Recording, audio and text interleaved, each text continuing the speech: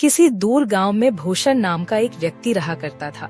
भूषण इतना दान पुण्य करने में विश्वास रखता था और हर कोई उसकी बस तारीफ करता था। भूषण के पास भले ही अपने खाने को कुछ ना हो, लेकिन वह दान पुण्य करने में कभी पीछे नहीं हटता। एक रोज सुबह सुबह भूषण खाना बनाकर जैसे ही खाने बैठा, उसके दरवाजे पर एक साधु का आना होता है। कुछ खाने को दे दो बेटा, कल से भूखा हूँ, कुछ खाया पिया ही नहीं है और अब तो चला भी नहीं जा रहा। अरे साधु जी, आप अंदर आइए और मेरे साथ बैठ के खाना खा लीजिए। अरे इतने खाने से मेरा पेट नहीं भरने वाला। कोई बात नहीं, मैं आगे मांग कर खा लूंगा। तुम खाना खाने बैठे हो तो खा लो बेटा। अच्छा साधु जी, यह खाना आप ही खा लीजिए, मैं भूखा रह लूंगा क्योंकि रात में मैंने खाना खाया था। इतना कहकर भूषण अपनी थाली उस साधु जी की तरफ बढ़ा देता है। साधु जी भी खाना देखकर दोनों हाथों से जल्दी जल्दी खाने लगता है और खाना खाने के बाद साधु जी भूषण को ढेर सारा आशीर्वाद देते हुए कहते हैं, भगवान तुम्हें हमेशा खुश रखे बेटा। तुमने अपने हिस्से का खाना मुझे खिलाया है। आजकल ऐसे दानवीर लोग मिलते ही कहाँ हैं। तुम्हारा भला हो बेटा। इतना कहकर साधु जी वहाँ से चले जाते हैं। लेकिन भूषण को भी भूख लगी थी।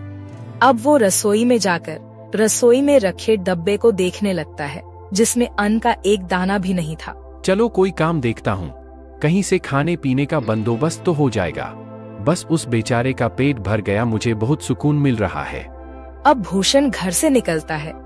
तभी उसे गांव का मदनलाल देखकर अपनी पत्नी से कहता है, अरे कब से यह अनाज की बोरियां अकेले ही उठा रहा हूँ। अभी भूषण को बुलाता हूँ, तुम देखना वह कैसे मेरी मदद करेगा।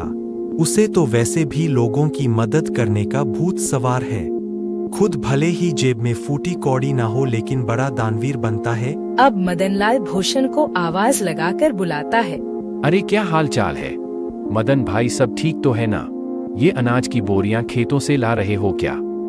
अरे हाँ, खेतों से अभी 10 बोरियां और लानी है, लेकिन मैं बहुत ज्यादा थक गया हूँ। तुम थोड़ा हाथ बटा देते तो मेरा काम जल्दी हो जाता। अरे क्यों नहीं, चलो चलो, मैं आपके साथ मिलकर खेतों से आपके घर तक बोरियां पहुंचा देता हूँ। बड़ा ही बेवकूफ है और इसे बेवकूफ बनाना भी आसान है। चलो इसी बहाने मेरी मदद हो जाएगी और थोड़ा आराम भी मिल जाएगा। इतना कहकर मदनलाल भूषण से अब कई सारी बोरियां खेत से घर रखवाता है। लेकिन भूषण तो भूखा था, उसे भूख भी बहुत तेज लग रही थी।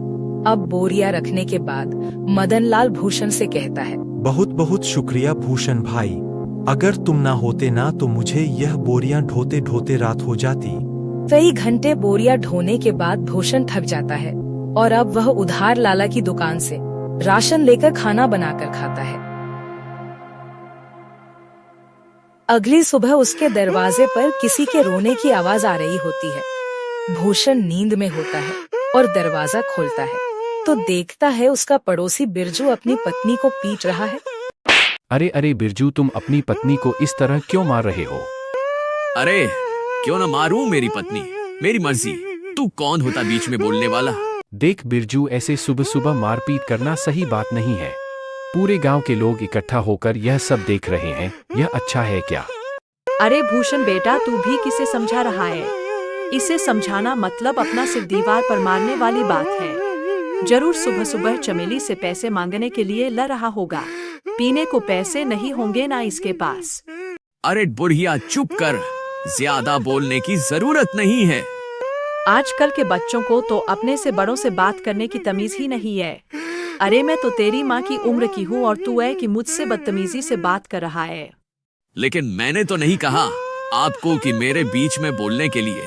इतना कहकर बिरजू फिर से अपनी पत्नी चमेली को मारने लगता है। लेकिन भूषण से यह सब देखा नहीं जाता और वह बिरजू का हाथ पकड़ लेता है और उसे एक जोरदार तमाचा लगाता है। यह देखकर सारे गांव वाले ताली बजाने लगते हैं। बिल्कुल ठीक किया यार, इसी के लायक है। अरे अपनी पत्नी पर हाथ उठाता है और खुद को मर्द समझता है। गांव के ढेर सारे लोग ये तमाशा देख रहे होते हैं। उनमें से एक औरत भूषण से कहती है, आप सच में बहुत नेक दिल के हैं, हर किसी की मदद करते हैं, हर किसी का भला चाहते हैं। हम गांव वाले बस आपसे इतना चाहते हैं कि अगला हमारा सरपंच आप ही हो। अरे क्या बात कही है तूने? यह बात तो काफी समय से मैं दिल में दबाए बैठी थी। अरे हाँ हाँ बिल्कुल, भूषण भाई गांव का सरपंच बनेंगे तो गांव में विकास होगा, तरक्की होगी। उस सज्जन सिंह के पास तो गांव के लोग जाने से भी डरते हैं, और रही उसे कुछ कहने की बात तो कोई भी उसके सामने मुंह नहीं खोल पाता। भूषण हर किसी की हर तरह से मदद करता था, जिस वजह से गांव के लोग भूषण को अपना अगला सरपंच बनाने का फैसला करते हैं। अब सरपंच तक यह बात पहुंचती है। सरपंच तिलमिला उठता है। क्या भूषण की इतनी हिम्मत खाने को लाले पड़े हैं, लेकिन सरपंच बनने का सपना देख रहा है। इसे तो मैं छोड़ूंगा नहीं। अरे हाँ मालिक, और तो और गांव वाले कह रहे हैं कि चाहे कुछ भी हो जाए, सरपंच तो भूषण ही बनेगा। अब आपको ही कुछ करना होगा, वरना भूषण आपकी गद्दी लेकर ही मानेगा। सरपंच अब सोच में पड़ जाता है कि वह ऐसा क्या करे जिससे उसके रास्ते का कांटा भूषण हमेशा हमेशा के लिए इस गांव से चला जाए। अगले चुनाव में गांव के लोग भूषण को सरपंच बना देते हैं। अब ऐसे ही कई दिन बीत जाते हैं और जब राशन देने की बारी आती है तो सरपंच बड़े ही चालाकी के साथ राशन में मिलावट करवा देता है, जो भूषण को बिल्कुल पता नहीं चलता। अरे बेटा, तुझे सरपंच बनता हुआ देख बहुत खुशी हो रही है। अब कम से कम राशन तो समय पर और अच्छा मिलेगा। अरे हाँ हाँ, सब कुछ अच्छा ही होगा। आप लोगों ने इतना विश्वास करके मुझे इस गांव का कार्यभार संभालने का जिम्मा दिया है और इसे मैं अच्छे से निभा सकूं, बस यही दुआ करिएगा। हाँ, अब गांव में विकास और तरक्की आने से कोई नहीं रोक सकता। गांव में राशन बांटने के बाद सभी खुश थे कि उन्हें पहली बार पूरा राशन मिला है, वरना सरपंच सज्जन सिंह तो आधे से ज्यादा राशन काट लिया करता है। लोगों को राशन मिल चुका था, लेकिन अगले दिन पूरे गांव में शोर मच जाता है कि उनके नए सरपंच भूषण ने मिलावटी राशन दिया है। अब गांव वाले एक जगह इकट्ठा होकर भूषण से सवाल करते हैं। हमने तुम पर विश्वास करके तुम्हें गांव का सरपंच बनाया और तुमने हमारे साथ ही विश्वासघात किया भूषण। बेटा, मुझे तुझसे यह उम्मीद नहीं थी। अरे राशन में मिलावट करके क्या मिला तुम्हें? तुम तो गांव के लोगों का हमेशा से भला चाहते थे, तो भला फिर राशन में मिलावट क्यों किया? इतना मिलावट तो सरपंच जी भी नहीं करते थे। हमने तुम्हें सरपंच बनाकर गलत फैसला दे लिया है। बिल्कुल ठीक कह रही है कलावती काकी, अभी के अभी तुम इस गांव से निकल जाओ। तुम इस गांव में रहने के लायक ही नहीं हो। ये सारी बातें चल ही रही होती हैं कि तभी वहाँ सरपंच आ जाता है। अरे हाँ हाँ, इसे अभी के अभी गांव से निकाल दिया जाए। इस पर विश्वास करके तो हमने बहुत बड़ी गलती कर दी है।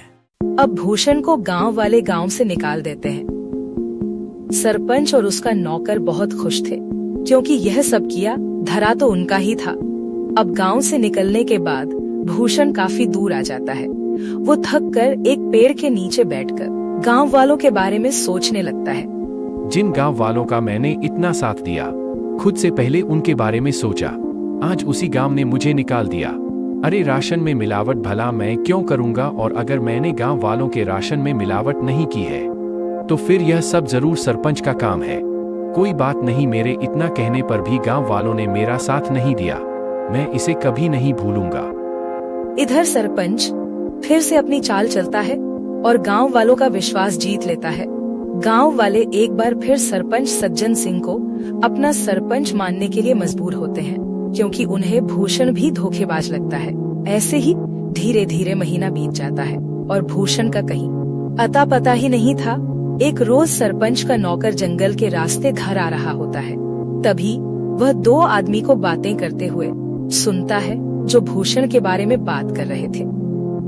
अब वो नौकर घबराता हुआ घर पहुंचता है और सरपंच से कहता है, मालिक, मैंने दो लोगों को आपस में बातचीत करते हुए सुना है। वो दोनों भूषण के बारे में बात कर रहे थे। वो जंगल में जो झोपड़ी है ना, उसी में भूषण आत्महत्या कर लिया है, और यह करीब एक सप्ताह पहले की बात है। क्या इसका मतलब मेरे रास्ते का कांटा अब हमेशा हमेशा हमेशा के लिए मेरे रास्ते से हट गया है? चलो अच्छा है। और तो और मालिक, यह बात तो गांव वाले भी जानते हैं। न जाने उन तक यह बात किसने पहुंचाई।